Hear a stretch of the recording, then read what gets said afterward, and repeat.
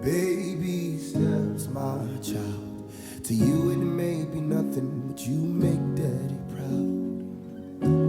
Your weakness is only my strength. I hear your questions and I'm closer than you think. I promise.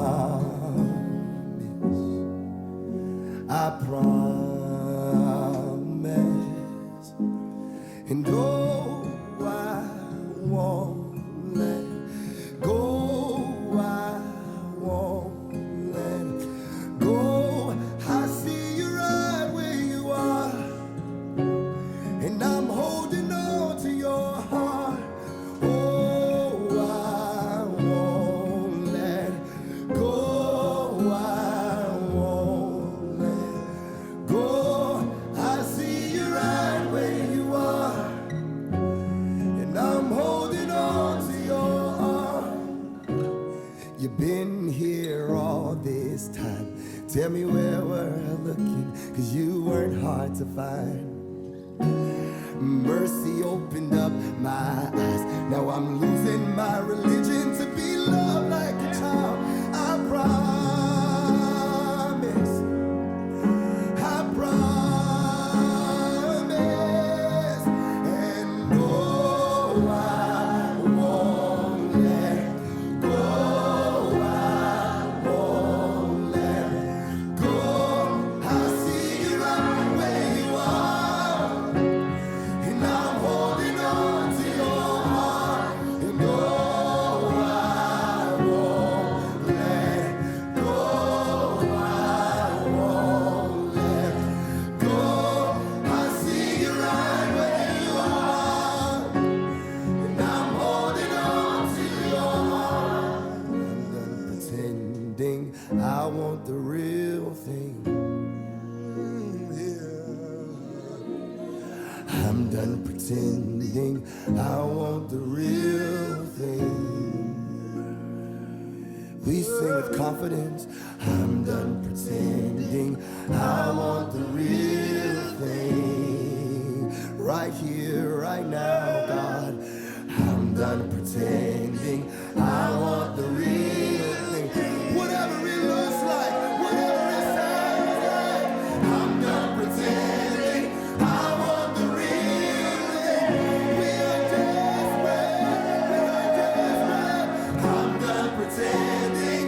I want the real thing. Out of desperation, yeah. I'm done pretending. I want the real thing. We are hungry for the real thing. I'm done pretending. I want the real thing. I won't let go. And go. I won't let go. I won't let go. I see you right where you are. Yes, I do. And I'm holding on to your heart. And go. I won't let go. I won't let go. I see you right where you are, and I'm holding on to your heart.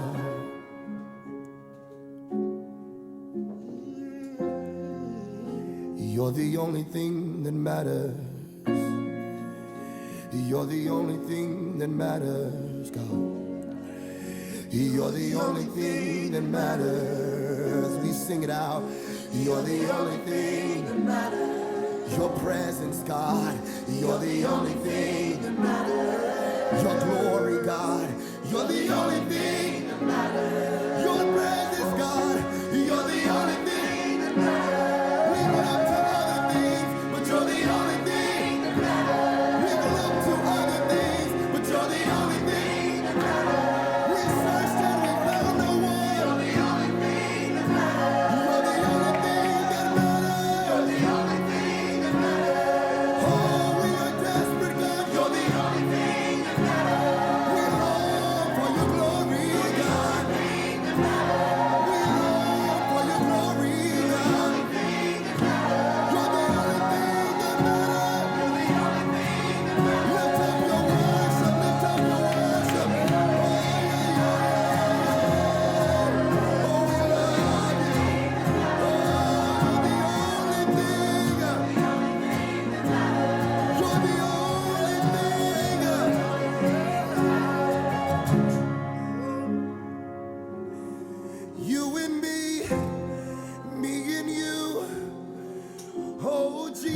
Jesus.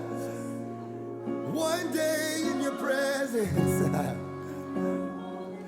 Yeah. One day, God, is better than 1,000 elsewhere. It's better than 1,000 elsewhere. And I'm see you right where you are. And I'm holding on to your heart.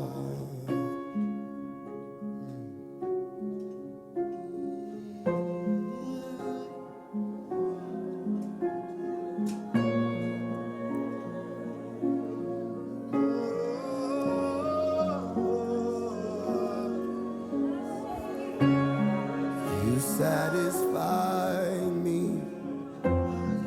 You satisfy me. You satisfy me. Oh yeah. You satisfy me. Come on, sing it. You satisfy me. You satisfy. You satisfy, yeah. You satisfy.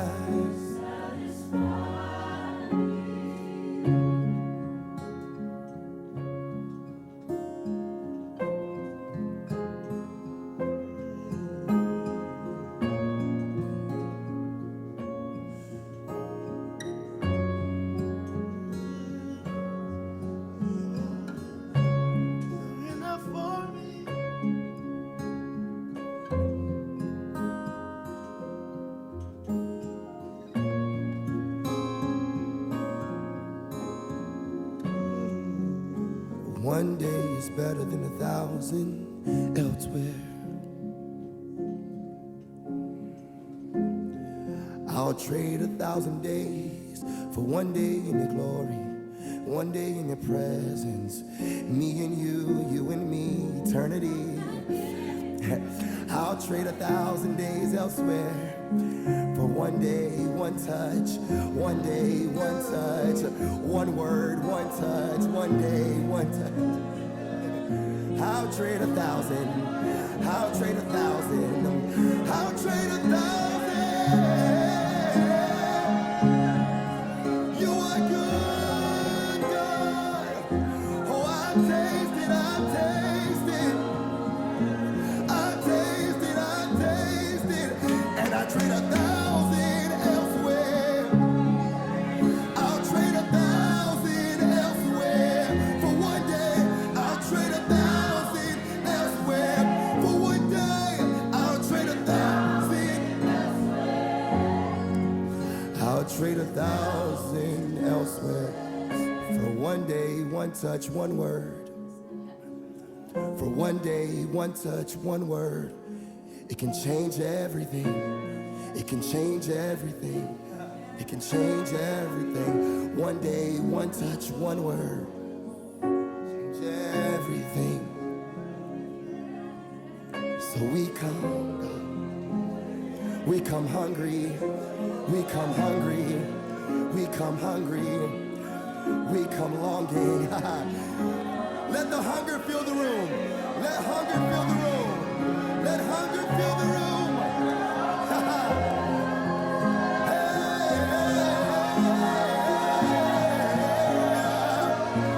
Let hunger fill the room.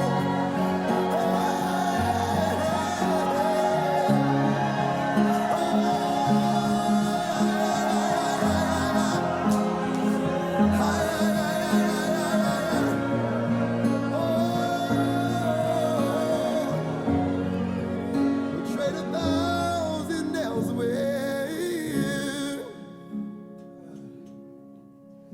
for one day, one touch, one word.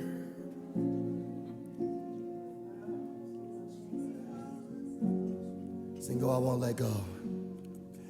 And oh, I won't let go. I won't. I see you right where you are, and I'm holding on to your heart.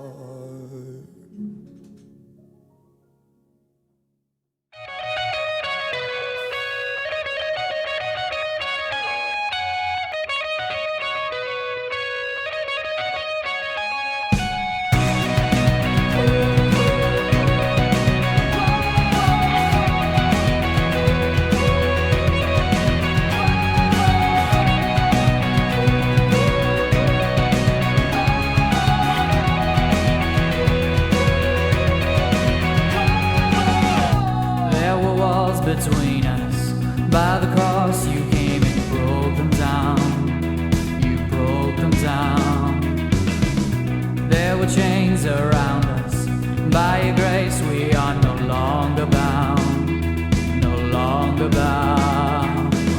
You called me out of the grave. You called me into the light. You called my name and then my heart came alive.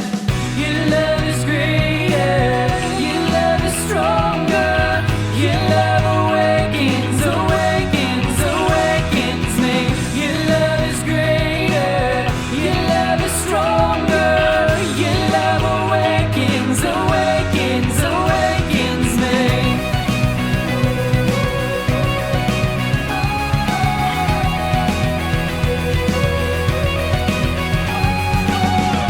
Feel darkness shaking. All the dead are coming back to life. I'm back to life. Hear the song awaken. All creation singing we're alive. 'Cause you're alive. You called me out of the grave. You called me into the light. You called my name and then my heart came alive. Your love is greater. Your love is stronger. Your love awakens, awakens, awakens me. Your love is greater. Your love is stronger. Your love awakens, awakens, awakens me. And what a love we found. Death can't hold us down. We shouted out, we're alive 'cause you're alive. And what a love we found. Death can't hold us down. We shouted out, we're alive 'cause you're alive. And what a love we found. Death can't hold us down. We shouted out, we're alive 'cause you're alive.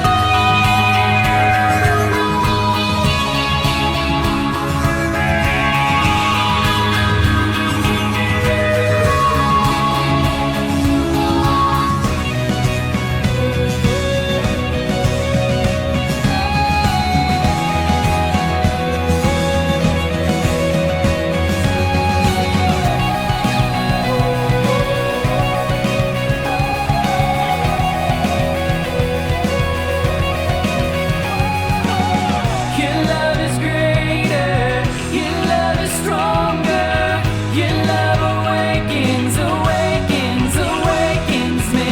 Your love is greater. Your love is stronger. Your love awakens, awakens, awakens me. Your love awakens me.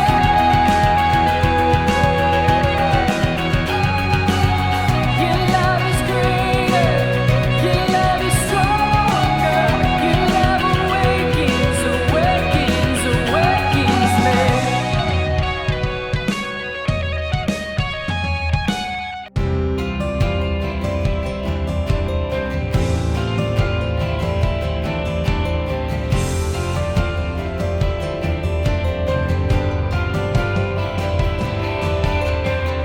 My hope is built on nothing less than Jesus' blood and righteousness. I dare not trust the sweetest frame, but wholly trust in Jesus' name.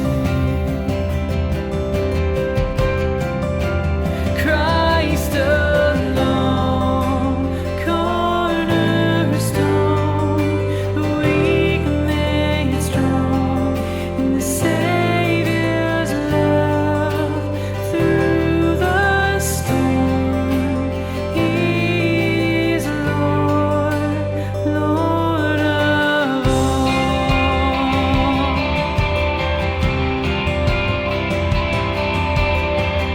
When darkness seemed to hide his face, I rest on his unchanging grace. In every high and stormy gale,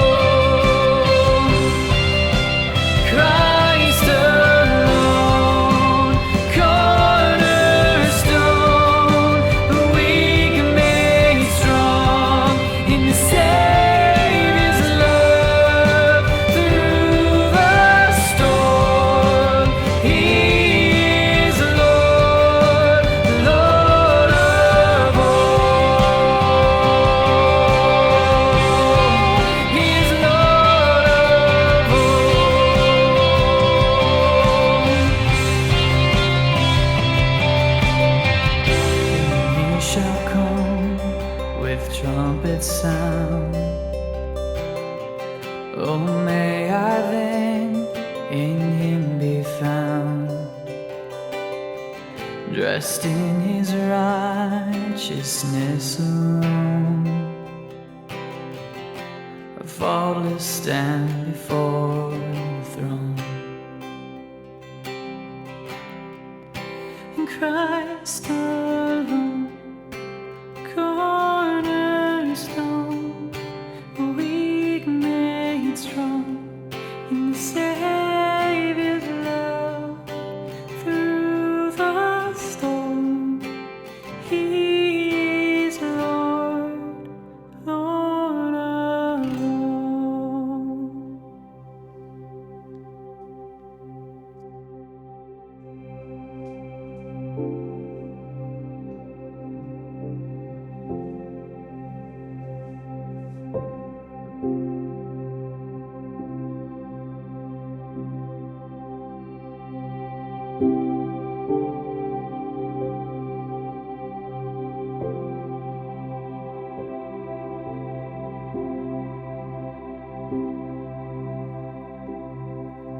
I'm caught up in your presence. Oh, I just wanna sit here at your feet. I'm caught up in this holy moment. I never wanna leave. Oh, I'm not here for blessing. Jesus, you don't owe me anything more than anything that you can do. I just want you.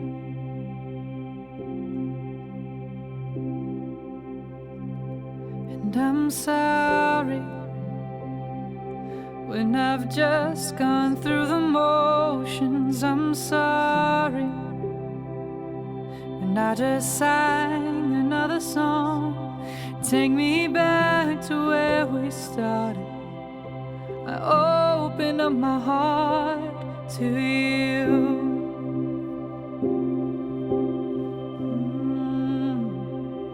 And I'm sorry when I've come with my agenda. I'm sorry when I forgot that you're enough. Take me back to where we started. Open up my heart to you. I'm caught up in your presence. I just wanna sit here at your feet. Caught up in this holy moment. I never wanna leave. Oh, I'm not here for blessings. Jesus, you don't owe me anything more than anything that you can do. I just want you. I just want you. Nothing else. Oh, nothing else. Nothing else will do. I just want you. Nothing else. Oh, nothing else. Nothing else will do. I just want you. Oh, nothing else. Oh, nothing else. Nothing else will do. I just want you. Nothing else. Oh, nothing else. Jesus, nothing nothing else will do. And I just want you, nothing else, oh nothing else, nothing else will do. I just want you, oh nothing else, oh nothing else, Jesus, nothing else will do.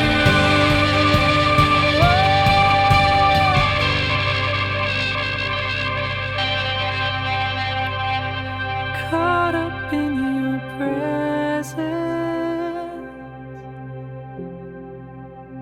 I just wanna sit here at your feet. I'm caught up in this holy moment. I never wanna leave. Oh, I'm not here for blessings. Jesus, you don't owe me anything more than anything that you can do. I just want you.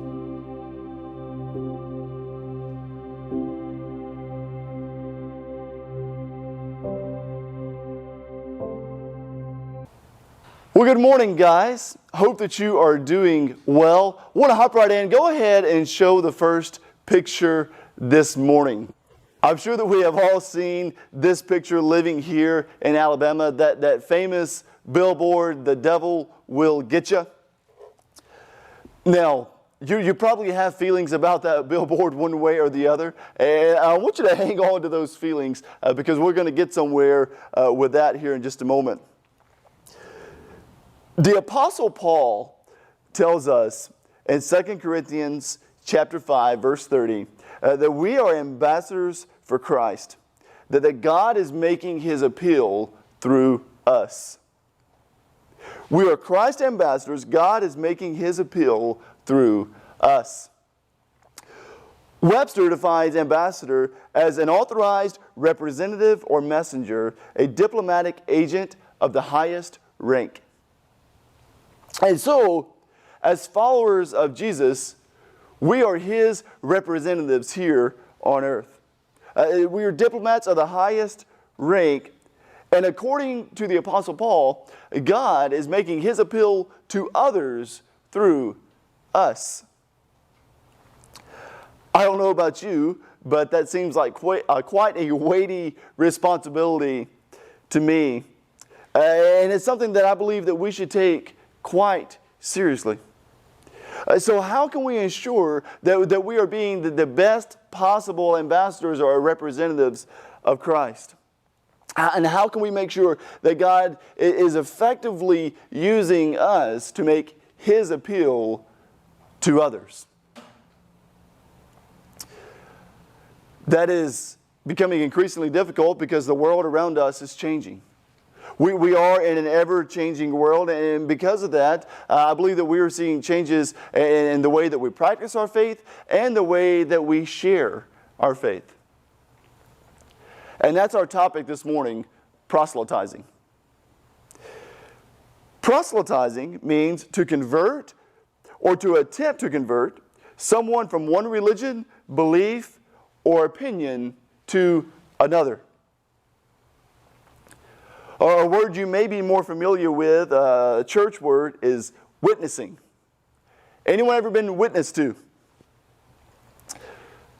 The reason that I use the term proselytize, however, is because when I say that, maybe much like that billboard, there was some emotion that came with that. Maybe you're confused, you're angry, you kind of chuckled, you roll your eyes a little bit. And I'm afraid that we're at a place, and in the church as a whole, where all of those emotions, they really come into play when we talk about, well, how do we share our faith? It seems to be a place where there's just not a whole lot of middle ground on that, where we can decide effectively, oh, well, this way works, or this is the best way forward. Because there are so many ideas about this. And my worry is that we spend so much time talking about the best way or the most effective way to share our faith that we really don't ever get around to actually doing it. One thing that I have noticed is that within the church circle, and not only Essential, but just the church as a whole, is we can't really practice that because we're so focused about tomorrow, what tomorrow will bring. Well, what are we going to do with this fad? Or what are we going to do with this hot topic in the news? Or what are we going to do even when maybe sharing our faith is illegal in this country? What do all these things look like for tomorrow? And while there is nothing wrong at all with thinking about tomorrow and planning about tomorrow, where that becomes problematic is when it distracts us from what is happening today. Jesus tells us in the Gospels, don't worry about tomorrow, for tomorrow will bring its own worries. Today's trouble is enough for today. And even here at Essential, our vision is to create a church for anyone who thought church wasn't for them. And we're preparing people to live for Jesus in today's world.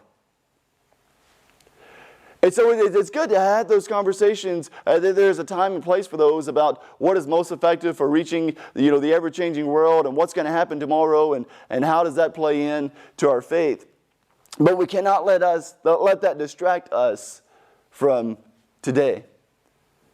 Because there are needs all around us. The people that we will come in contact with today, they need the love of Jesus.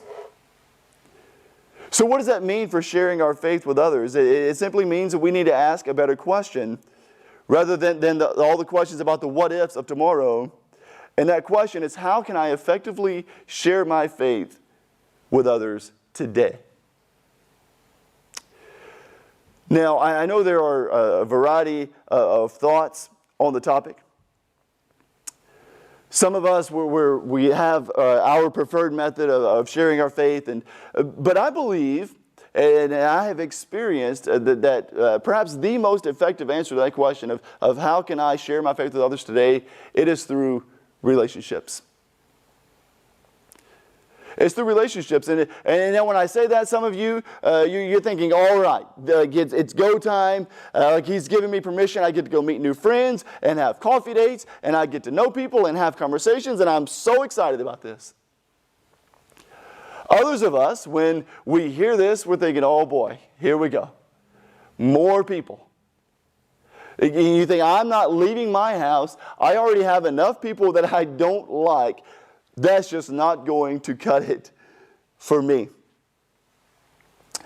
Well, wherever you fall on that spectrum, and I can be at either end on any given day, I could go around and ask each of you, just for those who follow Jesus, I want you to tell me a little bit about your story. Tell me how you came to follow Jesus. And for most of us, what that would look like as you begin to tell your story, it's going to involve a person, maybe more, but at least a person who took the time and the energy to invest in a relationship in you. It's a person who really brought you alongside and said, look, this is what it looks like to follow Jesus. This is how you do this. And they spent time and energy into that relationship. And here's the thing, at its very core, our faith is a relational one. We see throughout the New Testament, through the Gospels and into Acts, when the church was really forming under Jesus as the head, that there were people who were gathering together. They were sharing meals together. They were carrying one another's sorrows, and they were sharing in joy.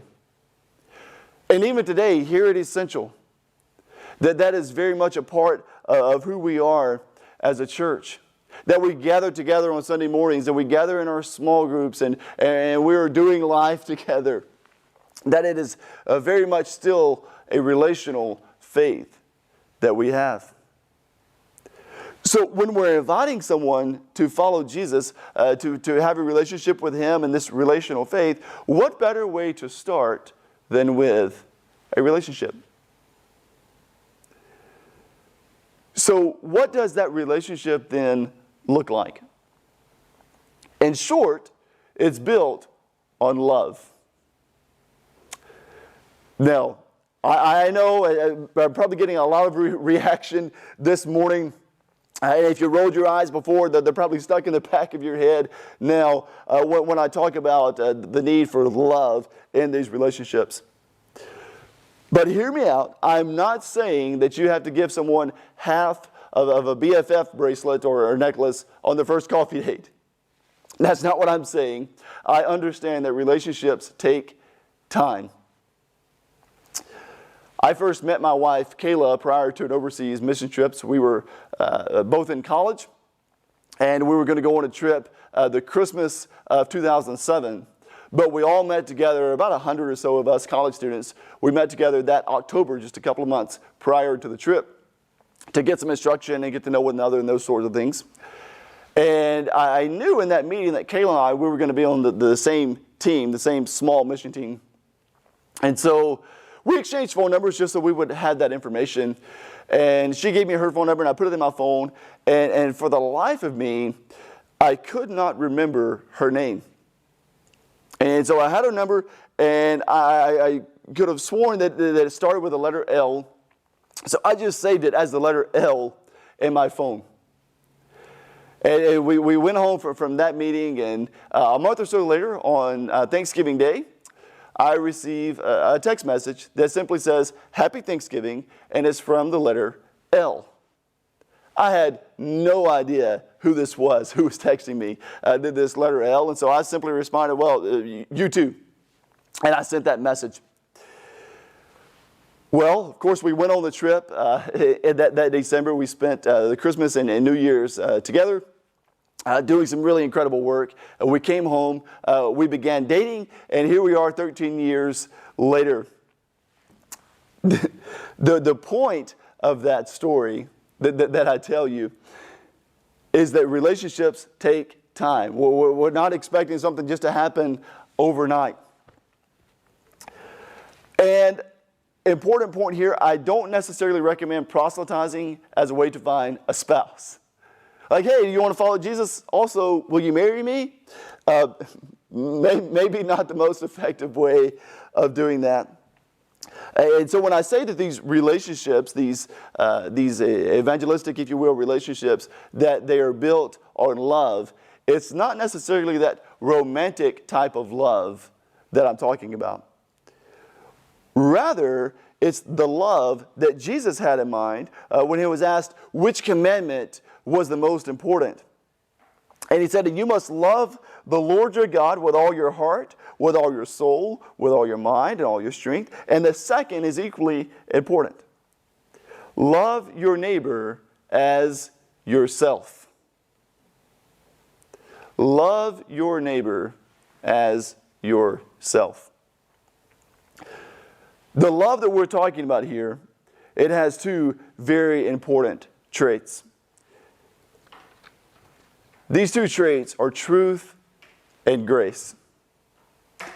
You hear us talk a lot about truth and grace here at Essential, and that's because they are so central to the gospel message. And in fact, in the opening chapter of the Gospel of John, Jesus is described this way. And the Word, and that is Jesus, and the Word became flesh and dwelt among us, and we have seen His glory. Glory as of only the Son from the Father, full of grace and truth. That Jesus was full of grace and truth. So what does it look like to be full of truth and grace? Well, that's an important question, particularly as we think about our own witness and how we are sharing our faith with others, asking others to follow Jesus with us. And you go ahead and put up that graphic, the chart here. There's a pastor in New York that I know and follow on social media, and I know he recently shared this with his own church. And I think this is a really helpful graphic for us to see. Because we see what happens when maybe there is all grace but no truth. Or we see what happens when there is all truth but no grace. And we see that when there is neither of those, when there's low grace and low truth, that the needle just doesn't move much. But in that top right quadrant there, what we see is where we have full grace and full truth. That is where we find love. And when we are doing that, when we are expressing full truth and full grace, that is where we can have those tough conversations. You may have heard the phrase, tough love. Well, that's where that comes into play. That we can have difficult conversations with people, and we can receive difficult conversations because we know that the person sharing that with us, that they are full of grace and truth. And so as we think about that and think about the relationships that we're building, do what you can to move into that quadrant where you're having truth and grace with those that you're building relationships with. A phrase that we use here at Essential is that we want to have 100% grace and 100% truth. And I believe that is where you find that love that points people to Jesus. The beauty of developing these relationships that is based on truth and grace is it works in any context. Going back to the beginning when we were talking about different methods and billboards and all these sorts of things, I have been in many different ministry contexts. I was raised in Mississippi, lived in California. I went to seminary there for a couple of years, course here in Huntsville now, and I have traveled abroad. And I only say that to say that I've seen many contexts in which the gospel is being shared. And the one that I have found most effective across the board in every context, from Mississippi to Asia to California, it is building these relationships. It's the one-on-one conversations that we're able to have with people in our living rooms and in our coffee shops and those types of places where we can really share the truth and the grace that Jesus offers. And I'll tell you, not only is that the best way to evangelize, but I do believe it is the most effective. And how is that so effective? Well, I want to conclude today. I just want to give you some real practical application of how that could work. Let's say that you are following Jesus and you're ready to jump in and begin developing these relationships and to begin sharing your faith with others. So here are some helpful tips that I have found. 5 of them. Number 1 is to know your context. To know what it is that you're trying to do and the culture in which you're doing it. In seminary, there are entire courses of study on language and culture and all these things for someone who wants to go overseas to be a missionary. And Kayla and I, for a time, we thought that we may go overseas ourselves and serve long term. Of course, we are here in Huntsville, and I can tell you through experiencing seminary, there really are no classes on how to start a church in Alabama. It's on us. It's on you and me and our church as a whole to really learn the culture, but to also keep up with the culture, keep up with the current events of what's going on. So know your context. Number 2, get to know people. If you're wanting to develop relationships and to share your faith with people, it's really tough to do that if you don't know people. So do what you can to find friends, to develop these friendships, to get outside of the church bubble. One thing that Kayla and I do with our girls is we'll take them to a public playground if the girls want to get out and play. We always meet new people there. Of course, the girls meet new friends as well. So do what you can to do ordinary things, but do it in public places where you're coming in contact with other people, meeting new friends. The third is to create margin. Now this one is important, and because I know that we're all so busy and we're all headed to work and we're headed home and we've got meetings back to back to back. But I would encourage you to look at your daily calendar and to create some margin in that schedule. To schedule an extra 15 minutes to have a conversation with someone at work or at the grocery store or wherever it may be. And every time that I've done that and I've just taken a breath and spent an extra 15 minutes talking to someone, there's always something really special about those conversations. And so do what you can to create margin in your schedule to allow those conversations to happen. And I think you'll be surprised at what comes from that. Number 4 is to have a missional mindset.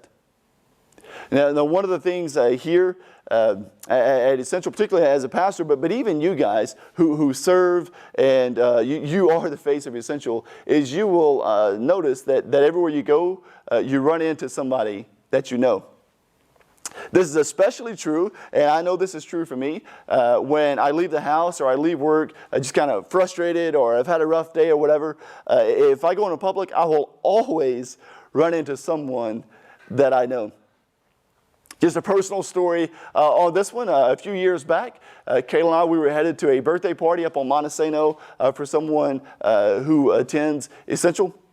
And we were running a couple of minutes late, and so I got home, Kayla got in the car, I jumped in the car, backed out of the driveway really quick, took off, and we got right over here to the 5 Points intersection. And I was wanting to turn left on Pratt to go up the mountain. And there was a van in front of me, and, just being cautious, but they would not turn left at that green light. They were just waiting on traffic to come through, and they would not turn left. And so I was getting more frustrated, ended up blowing the horn, just kind of beat on the steering wheel, yelled at them, just, would you go? We're late, we got to get there. And once they finally turned left, I glanced at the van, and as they turned, I could see their driver's side mirror. And I recognized the face of the driver. She was a precious friend of ours who was headed to the same birthday party on the mountain. Now, what did I do in that moment? Of course, I just shrunk in the seat, but I had to make the long, shameful drive following her up the mountain to that birthday party. And so it's important. That's one of the reasons I don't have an Essential bumper sticker on my car. But no, it's important to be aware of your surroundings. Excuse me. To be aware of your surroundings and to know what's going on so that we can build those relationships and not ruin them like I almost did that day. Number 5, final one, live a life that someone else would want. And here's what I mean by that. We all know those people that they follow Jesus, and because of that, and all of us, we have the Holy Spirit that lives within us, and we just see joy and peace and patience and kindness just radiate from those people. And I don't know about you, but every time I come in contact with them, I just want to have that life. I want to have that peace or that amount of self-control or that amount of patience. And so for us, that is what attracts others to God. That is how God appeals to others through us, is through the Holy Spirit and those fruits of the Spirit. And so I encourage you, take time in the morning to really spend time reading and meditating and praying and doing what you can to make sure that those fruits of the Spirit are appearing in your life. Because that is what attracts others, not only to us, but to God and how He appeals to us. Live a life that someone else would want. Friends, what we're doing here is important. Creating this church and sharing our faith with others. And so I encourage you that as you develop those relationships, remember that God is making His appeal through you and through me. It's important work, and I'm so glad that we get to do this together. Let's pray. God, we are so grateful for today. God, thank you for each one watching and listening to this right now. God, I pray for each person, for each family that's listening. And God, I pray that you would make your appeal through us. God, I pray right now that you would touch lives right now. God, that we would be encouraged by others, by other Jesus followers, and we would build those relationships, and we would share our faith in that manner. God, that we would live a life that others would want to live. That all the things that you have given us, these gifts and these fruits of the Spirit, that they will be on display in our lives so that you can make your appeal through us to others. God, we're grateful for that opportunity that we have a role to play in what you are doing here on earth. And God, I pray that we would steward that well. And it's your name that I pray. Amen. Guys, thank you so much for joining us today. So glad to have you here. If you have any questions about anything that was shared today, please let us know. You can comment in the comment section on the video here, or you can email info at essentialhsv.com.